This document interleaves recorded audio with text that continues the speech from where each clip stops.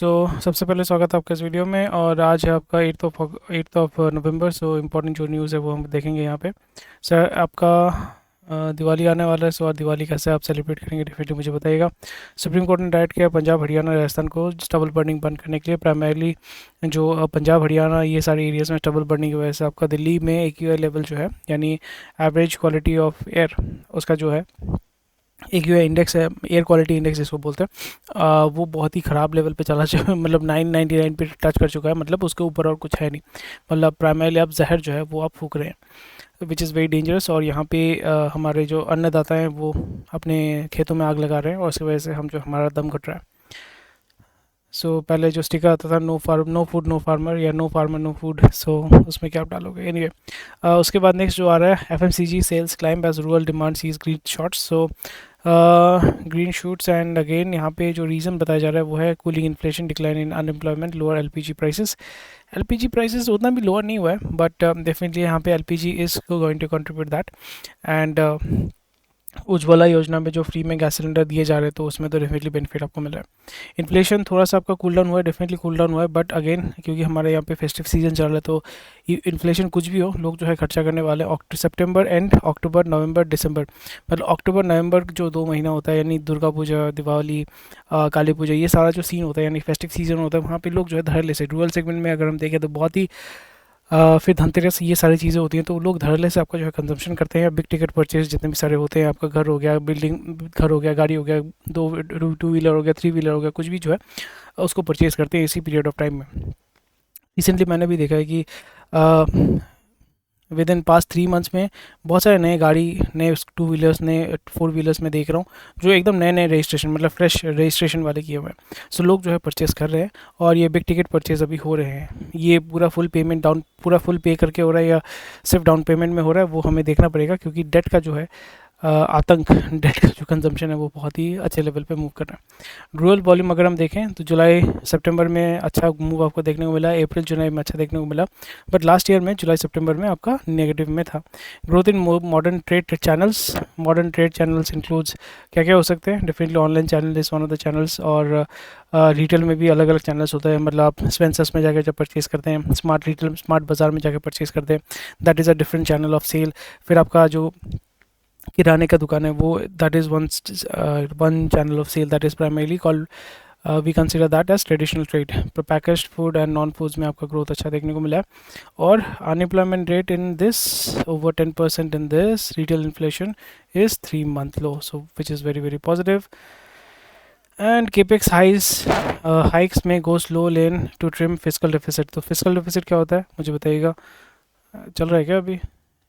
Capex hikes में go in slow lane to trim physical deficit. तो government जो है अभी जितने भी जो ऑलरेडी ऑनगोइंग प्रोजेक्ट्स हैं वहाँ पे जो फिजिकल यानी केपेक्स का जो बिजनेस है, सॉरी केपेक्स जो जितने भी प्रोजेक्ट्स है, केपेक्स मतलब कैपिटल एक्सपेंडिचर जिसमें आपको करना पड़ेगा, पैसा डालना पड़ेगा। जो ऑनगोइंग प्रोजेक्ट्स है उसको थोड़ा सा हल्का सा स्लो डाउन करेगा, एक्सपेंशन प्रोसेस में थोड़ा सा स्लो डाउन करेगा, क्योंकि नए प्रोजेक्ट्स पे आपको इन्वेस्ट करना पड़ेगा, उसका शिलान्यास करने के लिए आपको पैसा डालना पड़ेगा। दीज आर कुछ पॉलिटिकल आपका होता है, पॉलिटिकल मजबूरियाँ होती हैं। फिर उसके बाद जो है अगले साल लोकसभा के इलेक्शन आने वाले हैं तो बड़े बड़े प्रोजेक्ट्स नियर अबाउट 60-70 करोड़ का जो है आपको दिखाना पड़ेगा थ्रू आउट द कंट्री, क्योंकि मैक्सिमम जो इन्वेस्टमेंट होता है आपका गुजरात में होता है।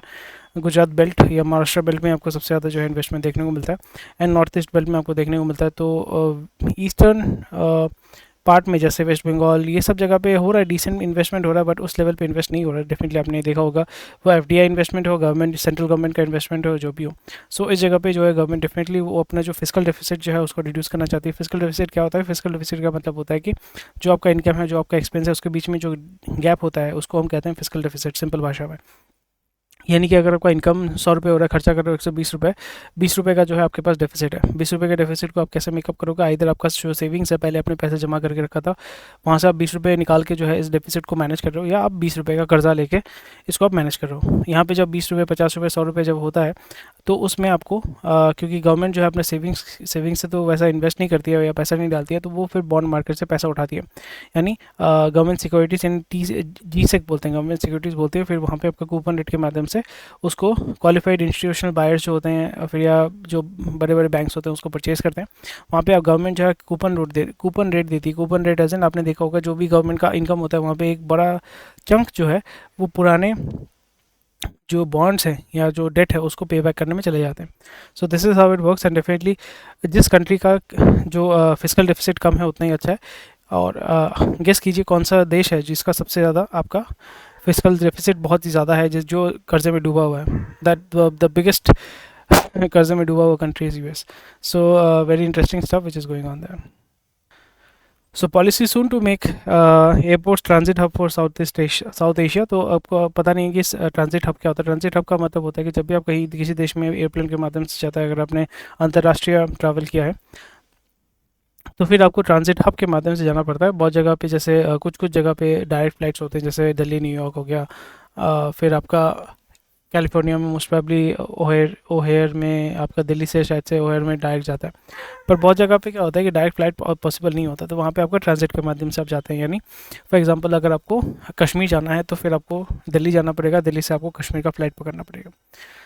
सो जब आप फ्लाइट चेंज करते हैं तो उस एयरपोर्ट को हम कहते हैं ट्रांजिट हब। तो हमारे ग्लोबली अगर हम देखें तो पहले अगर आप 10 साल 15 साल पहले अगर आप ट्रैवल करते थे तो वहाँ पे अगर आपको इंडिया से यूएस जाना है तो फिर आपको इधर एम्स्टर्डम या फ्रैंकफर्ट के माध्यम से जाना पड़ेगा या आपको सियोल के माध्यम से जाना पड़ेगा। So these way the transit hub. फिर या छांगी में आपको जो है वो चेंज होता है। छांगी या चांगी जो भी बोलते हैं सिंगापुर में। सो सिंगापुर एयरलाइंस का जो हब है वो है आपका चांगी। फिर कतर एयरलाइंस का जो है आपका दोहा। एमिरेट्स का है आपका Abu Dhabi and Dubai. Abu Dhabi and Dubai दोनों जो है वो उसका ट्रांजिट हब है। सो इसलिए अभी क्योंकि सबसे ज़्यादा वॉल्यूम जो मूव करते हैं इंटरनेशनल ट्रैवल में वो है एमिरेट्स और कतर एयरवेज। सो इसलिए उनका जो है वो अपना ट्रांजिट हब उन्होंने बना के रखा हुआ है दोहा और दुबई और अबू धाबी। इसलिए जितने भी सारे इंटरनेशनल फ्लाइट्स होते हैं, अगर आप यूरोप जाना चाहते हैं, यूएस जाना चाहते हैं, लंदन जाना चाहते हैं, तो फिर आपको दिल्ली से फॉर एग्जांपल आप जाना चाहते हो, दिल्ली से आपका दुबई या कोलकाता से आपका दुबई आप जा रहे हो, दुबई से फिर आप फ्रैंकफर्ट में जा रहे हैं या एम्स्टर्डम जा रहे हैं, फॉर एग्जांपल आप लंदन जा रहे हैं या फिर आप नॉर्वे जा रहे हैं, डेनमार्क जा रहे हैं या यूएस में जा रहे हैं, कहीं भी जा रहे हैं, कनाडा में जा रहे हैं, टोरंटो में जा रहे हैं, टोरंटो या फिर आप ब्रिटिश कोलंबिया जो भी है, जहाँ पे भी आप जाना चाहते हैं। सो यहाँ पे जब भी आप अपना ट्रांजिट हब तैयार करते हैं तो उसमें क्या होता है कि लोकल जो आपका उस एरिया का जो डेवलपमेंट है वो बहुत अच्छे से होता है और वो एयरपोर्ट में आप बहुत ज़्यादा इन्वेस्ट करते हैं। फिर एयर ट्रैवल में क्योंकि आपका भीड़ बढ़ता है तो फिर उस एरिया का जो है वैल्यू भी आपका बढ़ जाता है। इसलिए आपका इंडिया में अगर हम देखें transit hub is primarily considered in India, the primary transit hub is Delhi, उसके बाद आपका मुंबई आता है। बाकी जो जितने भी सारे आपके एयरपोर्ट्स हैं, चेन्नई हो, बैंगलोर हो, कोलकाता हो, दीज आर लाइक ठीक है, उतना बड़ा भी नहीं है। सो जैसे आपको पता है Delhi airport is going through an expansion from past 2-3 years. बहुत ही उसका एक्सपेंशन हुआ है, नए नए टर्मिनल्स वहाँ पे बन रहे हैं। So Delhi will be the primary goal, if I might say, primary airport जिसको ट्रांजिट हब बनाना चाहते हैं। बट दूसरा जो है क्योंकि आपका बेंगलोर को भी बना सकते हैं, बेंगलोर में भी नया एयरपोर्ट बन रहा है और मुंबई जो है वो भी आपका एक ट्रांजिट हब बन सकता है। सो बहुत अच्छा न्यूज़ है। अगर आप जनरल कैटेगरी से हैं तो ये आपके लिए बहुत अच्छा न्यूज़ है कि आपको कुछ सालों बाद कुछ नहीं मिलने वाला है, क्योंकि जनरल कैटेगरी वाले जो बंदे हैं तो उनका जो है मोस्ट प्रोबेबली जिस तरीके से जा रहा है जनरल कैटेगरी का, मे बी जनरल कैटेगरी को 5% शायद से रिजर्वेशन मिलेगा after a point of time, और उसके बाद बाकी लोगों को सब मिल जाएगा। भाई आपको कुछ नहीं मिलने वाला है, मतलब अगर आप जनरल कैटेगरी से हो तो आप तो ख़त्म ही हो। ठीक है। So this is how general caste is being mitigated.